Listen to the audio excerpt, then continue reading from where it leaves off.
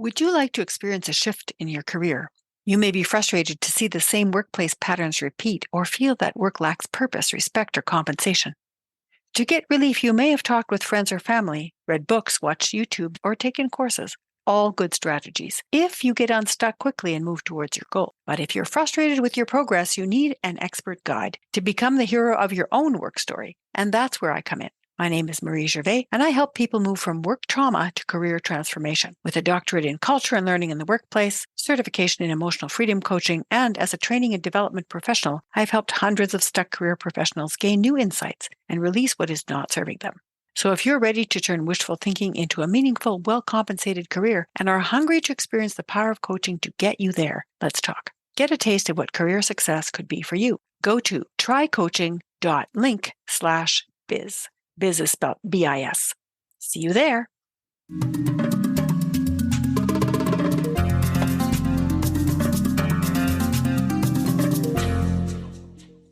Hello, Culture and Leadership Connections podcast listeners. Today, I am very excited to present to you Chris Clews, the 80s pop culture guy who is an author and keynote speaker. Growing up in the 80s and with over 20 years of leadership experience in corporate marketing, Chris Clews knew three things very well: the 80s, pop culture, and business, and this crazy thing we call life. One day in his mid-40s, he was on the couch having a self-pity party and decided this wasn't working for him. He flipped the channels and started to think about the 80s. You still have a lot of time to make yourself be what you want, he heard Johnny Cade say. And so he started his corporate career of 20 plus years combined with the areas of expertise to create a popular book series, the ultimate series on essential work and life lessons from 80s pop culture, which includes 2 volumes of what 80s pop culture teaches us about today's workplace and a third to be released soon, or recently released, I believe, right? Mm-hmm. Race on the 80s, 30 plus unexpected life lessons from the movies and music that defined pop culture's most excellent decade.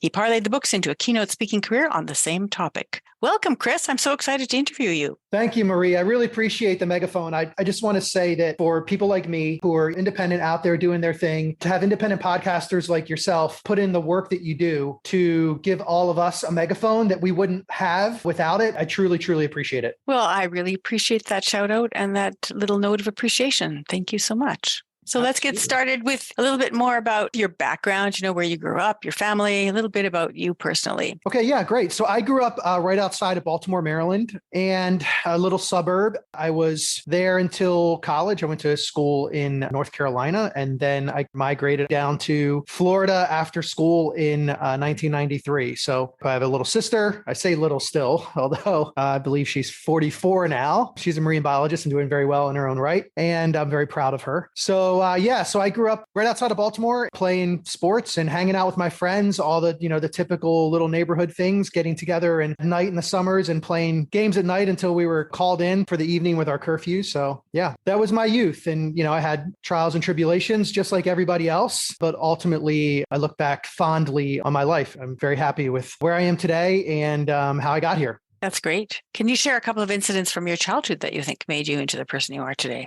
Yeah, sure. So I'll give one that's maybe deep and one that's not as deep, or maybe 2 that are deep and one that's not as deep. So first and foremost, I want to point out, because in my new book, I do talk a little bit about a teacher that I had. His name was Dwayne Shawless, and he was our gym teacher, our PE teacher in elementary school. And he had a huge impact on me for a number of reasons. So I grew up in an area that you could say was middle class. I mean, there was a lot of low income housing around our area as well, at the top of my street, at the bottom of my street as well. And so it was a really, really diverse group of kids that I grew up with, which was awesome for me. Growing up in that area, there were kids who would come to school and maybe they didn't have the right types of shoes or sneakers for gym class. Mr. Shawless had an entire closet full of tennis shoes and sneakers for any kids that did not have the shoes that would help them be better in PE or in gym. Wow. And make them feel a part of the class. Really, really awesome. That's and so that impressive. Obviously, yeah. I mean, I was 8 or 9 years old, and still to this day at 52, I'm talking about Mr. Shawless because of the impact that he had. He also had 2 hearing aids, so he could hear kids that were smaller.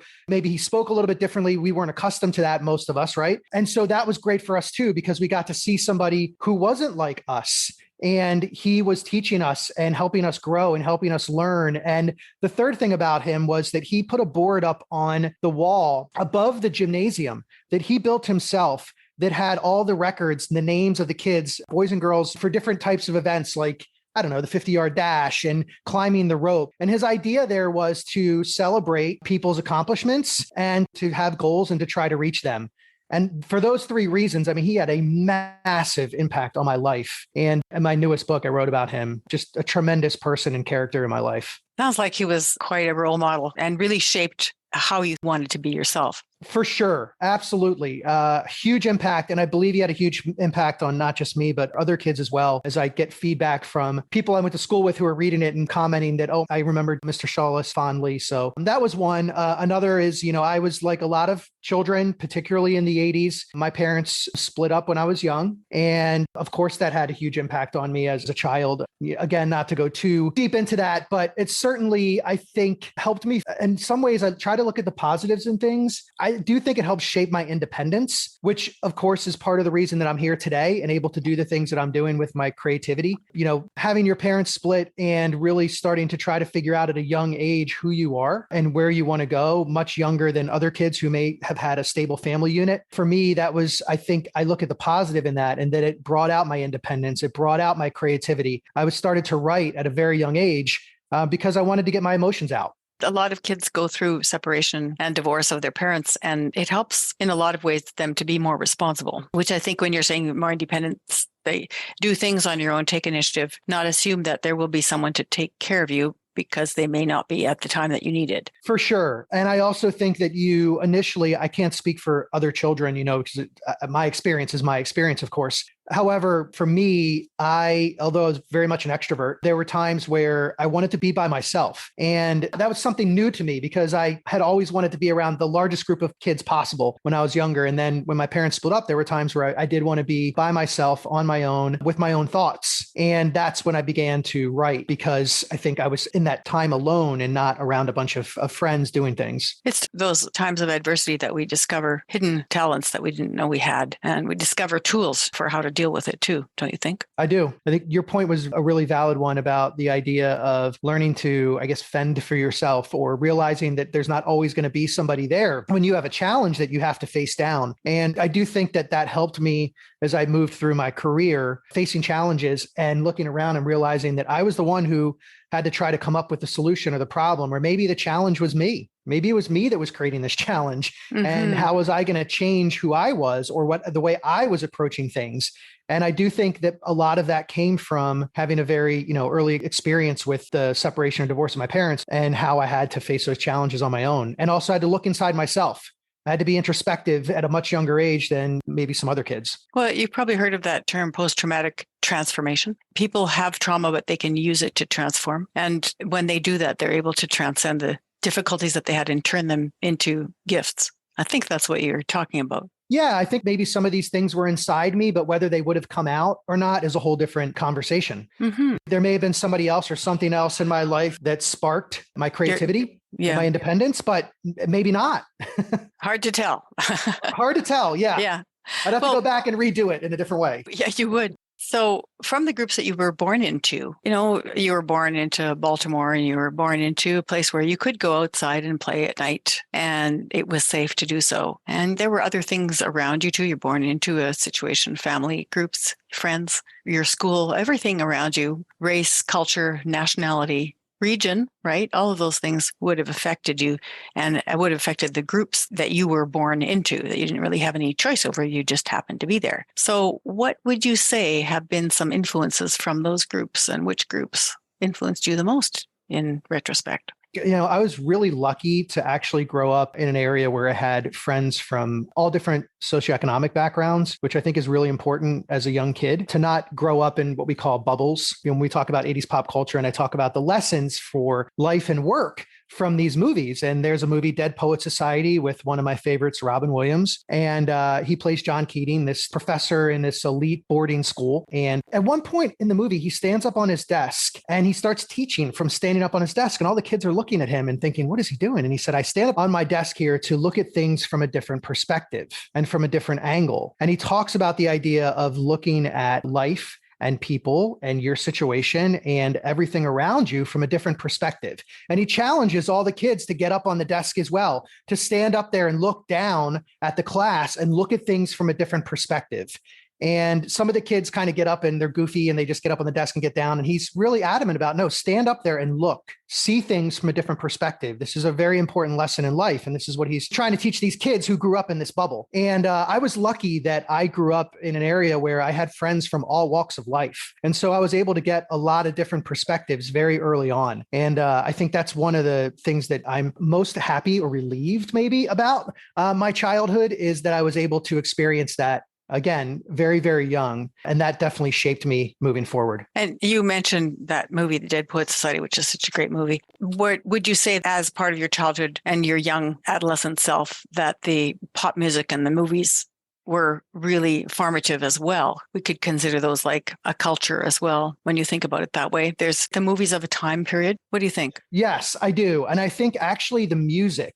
Now, there were some movies, there were movies for sure that influence, I think, all of us as in our youth. You know, we look back and we say, that movie was the movie, or that character was the character that, you know, propelled me into doing this or to doing that or thinking about this. And there are certainly movies that were generational in the 80s, just like there were in every generation before us, and every generation well after we're gone. There are going to be movies that influence. But music, I think for music, what was really interesting, and I can talk about the 80s and looking back at the music before the 80s, this explosion of creativity that happened in the 80s and all the genres that were born out of the 80s or that grew within the 80s to a large scale. And I think back to all of the different types of music. And so there was almost music for every single type of person, which I found fascinating. And if you look back at the top 40, for example, we'll use the top 40 as a barometer, although I would argue that there's a lot better music outside of the top 40. But let's just talk about the top 40. If we use it as a barometer and we say, I challenge people, go back to any week, any month, any year in the 80s, pick any, the first week in June, 1985,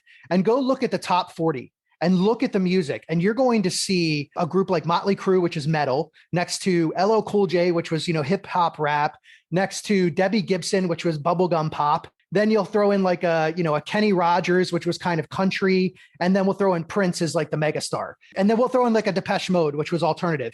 All that would be in the top 40. American music has influenced the entire world. And although now we have access to and can listen to music that would be popular in different countries, at the time we couldn't. And in my travels, I've often found that countries are listening still to a lot of American music from the 80s as their go-to music. Yeah. And, we did have a big influence in the 80s as well. I would say that the British music. True. That's true. The British music massive, scene and 60s, 70s and 80s together would be probably more accurate. Huge. Yeah. Australian. Yes. We don't talk a lot about the music coming out of Australia, but Midnight Oil was a very important band when it came to social issues.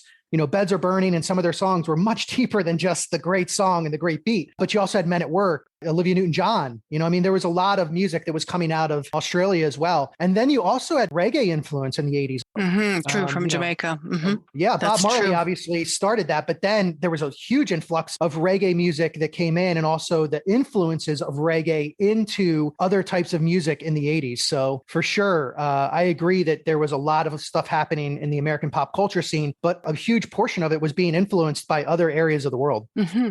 I need to take this course from you, 80s pop culture. I have to read your books. I have to study this. I think I have a lot to learn.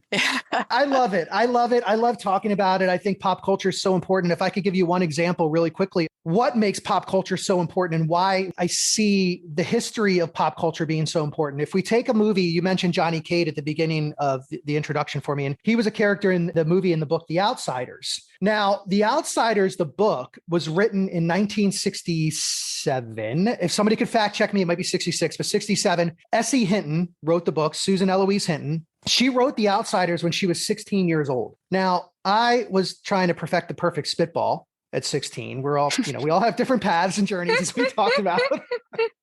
She was writing the Great American Novel, which to this day is still one of the great American pieces of literature. And in 1983, it was turned into a movie that starred, Patrick Swayze, Tom Cruise, Matt Dillon, Ralph Macchio, a whole host of Diane Lane, a whole host of younger actors and actresses who we now know by name, but at that time we may not have. In the 1990s, there was a hip hop group named House of Pain. And House of Pain had a big song called Jump Around. And there was a guy named Danny Boy O'Connor, who was one of the founding members of House of Pain. Now, he grew up loving The Outsiders, the book and the movie, so much so that when his career was winding down, he actually moved to Tulsa, Oklahoma, because the house that they had used in the film The Outsiders, where the greasers lived, was in disarray. And he restored it and turned it into a pop culture museum dedicated to The Outsiders, which is now open in Tulsa, Oklahoma. And there are people like Leonardo DiCaprio, the band, the Dropkick Murphys, C. Thomas Howell. All these people are actually coming to the house now to visit. And my point there with pop culture and the history of it is you have this book written by this 16-year-old girl, Susan Eloise Hinton, in 1967, that's turned into a movie in 1983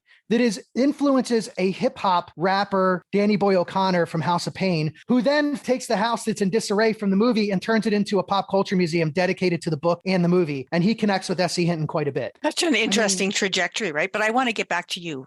Yeah. Okay, sure. But this is just really cool. I love it. And you're certainly good with all of the dates. You must have a photographic memory for things like that. It's great. So all of those things influenced you, but then you grew up and you chose to belong to groups. And it's like you've also created your own group in the sense of the way the 80s pop culture guy that other people can belong to. But of the groups that you chose to belong to, and that can be professions, hobbies, it can be new groups of friends, it can be a new language, learning to play an instrument, all sorts of things like that. What would you say has influenced you and that you've adopted into your leadership style now? I would say that the group that had the biggest influence on me, if we're talking about the things I got involved in or with, would be sports, for sure. I've carried a lot of the learnings from sports early on, both team sports and individual sports, although I was much more of a team sport guy. I think there's a lot of great lessons to be learned in sports, particularly when it comes to teamwork and leadership and understanding your role and how you can help grow your role and how you can help others grow around you. And that it does take a team oftentimes, even when you're on your own, even as an individual like me, if I'm, doing my entrepreneurial thing, there are people around me who are helping me and supporting me and helping me and push forward and grow. Whether it's a business partner or they're just an influence in my life. Hey, keep going. You're doing a great job. The pats on the back, they actually mean something. And we see that, when you recognize when you put a social media post out and somebody says, great job, Chris, or congratulations, you see those things. Those are those virtual pats on the back. And I think I learned a lot of that through sports, the idea of teamwork and, understanding that everybody has their position here. In order for us to be successful, we all have to be going towards a common goal and we all have to work together. And we're all, very different. American football, for example, the people who play the positions are very different shapes and sizes and different skill sets. And so you have to learn to work with everybody towards a common goal. So I would say that the sports, if I'm talking about things that I went into or people that I worked with, they would have the biggest influence. Really influencing you in your style, team style, seeing people as having specific roles to play, specific talents, and everybody working towards a common goal. That's a great description. And also seeing people grow. Somebody, for example, what's a really important lesson that I think sometimes people miss with sports is that you see the person who was third string become second string, become first string, a starter, and then be the best player on the team sometimes. And that's what you see in the corporate world as well, or in the business environment. We see somebody who's quote unquote, third string, maybe they're entry level, maybe they're just getting started. And then, a few years down the road or 10 years down the road or wherever in their career, suddenly they are the leader. And you see that in sports at a young age too. You see somebody working hard to be better. You see somebody who maybe isn't being given the opportunity, they get the opportunity, they shine. And so you see that as well, because it's not just the people that are playing on the field. There's also people waiting to get into the game. Right. Sometimes it's a matter of just working a little bit harder, or maybe they have to grow. Maybe they're growing in their position, whether it's in sports or in their industry. They need to grow physically, or they need to grow mentally, or they need to grow with experience. And then they're there and they're ready and they become first string and a starter and a superstar.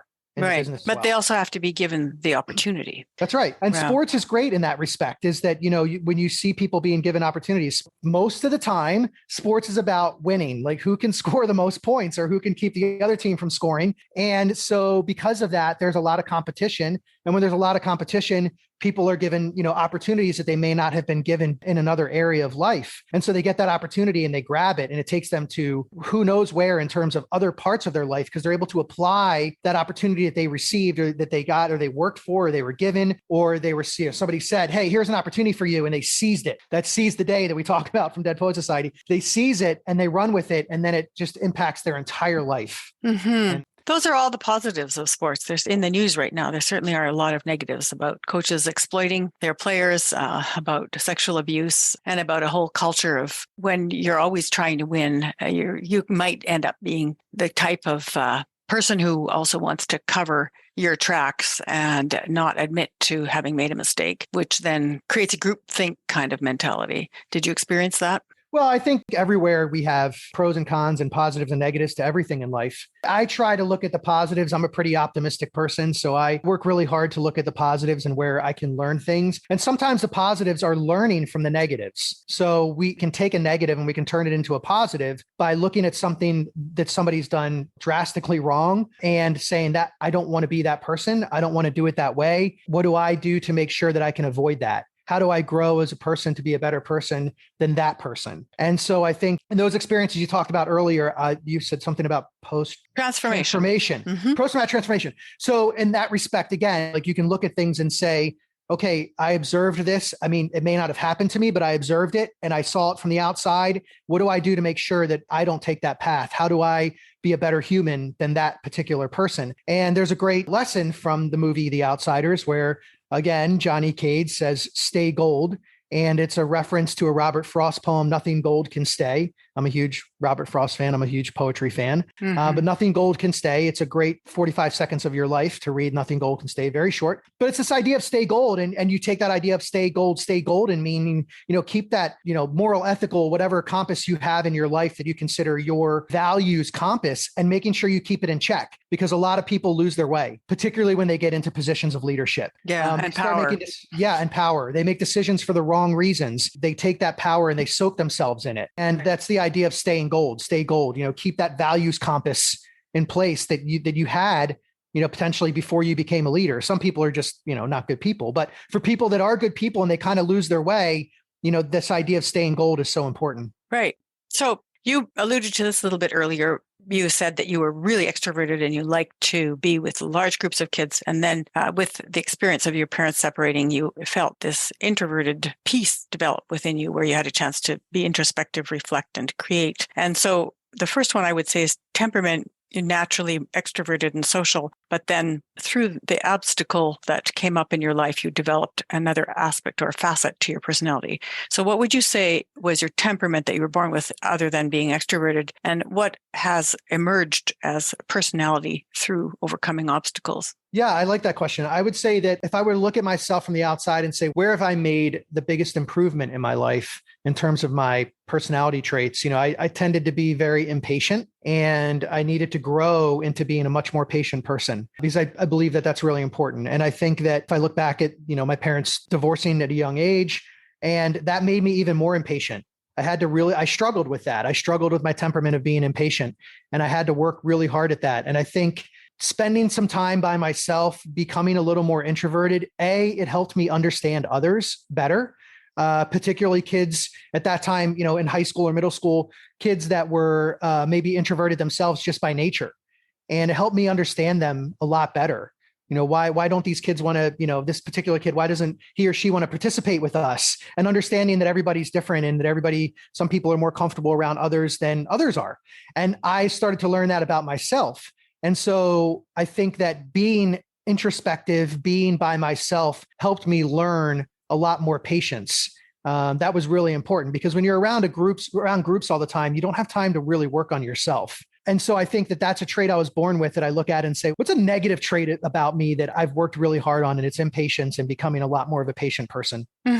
Yeah, that's a good reflection. Well, you also learn in interaction with other people about yourself. You wouldn't have noticed the impatience had you not been in the context of other people. Very true. So can you recall a time when you became aware that your cultural understanding was specific to you and your experience and not just normal? Yes, actually. So I think being able to travel abroad and experience different cultures and different people and seeing how their lives are lived different than you. If you are able to do that, if you're in a position where you're able to do that, you can feel very lucky and blessed to be able to. And, I wasn't able to travel around the world as a child, but I did have an opportunity or two to travel to different places and experience different cultures. One, being Spain and Portugal, which was very different because, of course, for me, there's, different languages involved. and completely different culture. I mean, I really experiencing a culture that runs on a different clock, something as simple as that. When you go to Spain and you see, the work day, just the day in general, how it's broken into segments compared to maybe a work day in North America. Even something as small as that, very different culture, and seeing how things are perceived. That was a moment for me where being in a place where I didn't have the predominant language. And so I had to find my way around working with people who maybe we didn't speak the same language, but we found a way to communicate. I found a way to find directions somewhere, talking to somebody who didn't speak English and I didn't speak Spanish or even Portuguese. If I was talking to somebody who was speaking Portuguese, I didn't speak Spanish. And so I had to find a way to communicate. And I think that was really eye-opening for me to be the person who didn't have the native tongue. And it was also really a good growth for me because I learned to communicate in different ways. I learned to talk to people who I couldn't just verbally communicate with and find my way. Right. And understand that people were willing to help. Like that's a really cool thing too. We're willing to help each other out, which is pretty awesome. It is, isn't it? Yeah. You do experience that when you travel, that quite a few people are willing to help. And if you go to a country where that isn't there, yeah. Like when I was in the Czech Republic and in Hungary, because of the influence of communism and people sort of turning on their neighbors, that sort of thing, people were no longer willing to help. It was such a shock to the system because I hadn't experienced that traveling to other countries. And it just makes you realize how much we really need each other as human beings in order to move forward in any area of our lives. Absolutely. How handicapped we are when we're just on our own. Yeah, exactly right. It goes back to when I was talking about the idea of being an entrepreneur, and you are an individual, you are doing your own thing, but there's this support system around you, whether they're business partners or they're just people that are patting you on the back and saying, great job. Right. Same thing. So we're getting close to the end of the interview, and I'm just wondering if somebody wants to bring out the best in you because they're hiring you for something, what do they need to know? Well, I would say that I'll flip this just a little bit if that's cool. And I'll say that when people hire me, what they need to know about me is that I'm 150% in for whatever you need. And so what's unique about what I do with speaking is that if you've ever been to a conference or an event and you've seen speakers, oftentimes speakers are there to do their thing, to speak, and then they roll out and they go back to whatever they're doing or they go to the next gig. For me, it's about making sure that everyone who has been involved in the process of bringing me on board for that particular event or conference gets everything that they need and want out of me and more. That everyone who took the chance on me is rewarded in a way where their sponsors, the people that they report to, or if they're leaders themselves, their team members that they talk to, all say, that was worth it. Great job. We really enjoyed it. And that's what's important to me, is that when I leave, that everyone looks around and says, we made a great investment, whether it was time, money, or just, the stress of putting an event and a conference together. There is a lot of stress involved in that I can come in and say, look, you can take the stress away when it comes to me individually here. I am here for you. Whatever you need, I'm ready to do it for you. I want you to look good. It's not about me. It's about you. So you tell me what you need and how I can help you. And I think that's when I think about people hiring me, that's what I try to do, because, that's what I hope for when I would hire people myself in the corporate marketing world. Outside, people come in from the outside in to talk to our teams. My hope was that they were say, like, tell me what you need from me. And I think that's something that, more of us need to do, is communicate. How can I help you? What is it that I can do for you? I know you're bringing me in, but what is it that I can do for you to help you? That's lovely, because oftentimes when you're bringing in somebody who is a keynote speaker, it really is more like sort of bowing to them and saying, what do you want? What do you want? And you're flipping it around and saying, how can I help you? And how can I make this a great experience for everyone? Which is beautiful. It's very collaborative and responsive. And thank you for saying that. Thank you. I love what I do. I absolutely love what I do. And I hope that it comes through when I talk to someone like you, Marie. I hope that it comes through when I'm talking to an organization at a conference or an event. I absolutely love what I do. And when you love what you do, you want everyone around you to love it as well. And that requires you asking them, what is it that I can do to make your life or your job or your position better at this moment while we're together? Well, your passion and your enthusiasm certainly do come through. So there's no problem with that. Thank you.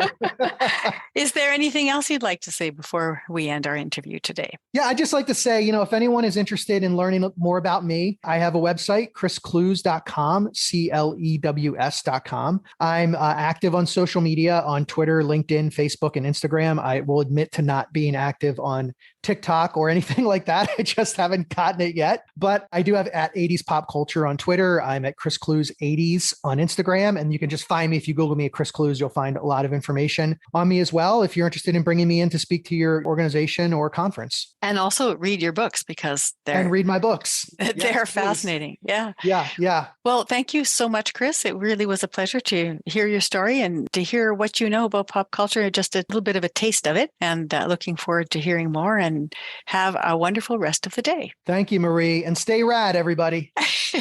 That's a great way to end. Stay rad. Stay rad.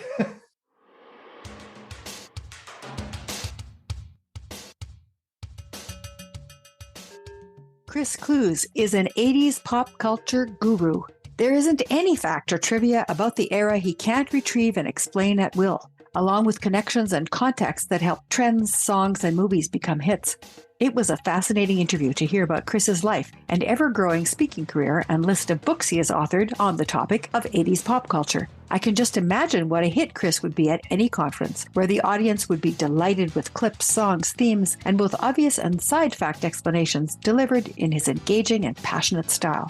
Find out what pop culture has to teach us about the workforce and leadership by checking out his books and speaker clips on his website.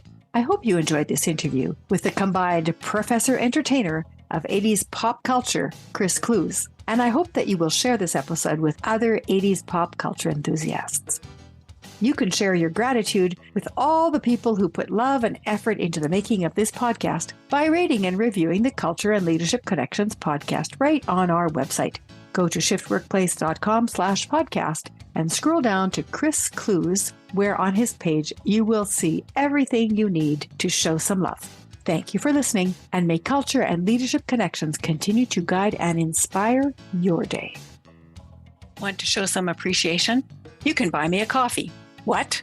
How do you buy a coffee for a podcast owner? Well, there's a way. Let me explain. You go to buymeacoffee.com/Marie Gervais. That's spelled MarieGervais. So it's buymeacoffee.com/Marie Gervais. And when you go to that website, what's going to happen is you'll get a chance to click on 1, 2, 3, 4, or 5 cups of coffee at $5 a piece to help contribute to the cost of the podcast. And yes, it's $5 for a cup of coffee because it's quality coffee for a quality podcast. So I hope you will contribute and you'll help us to reduce the costs of the podcast by going to buymeacoffee.com/Marie Gervais. Thank you in advance for your generous contribution.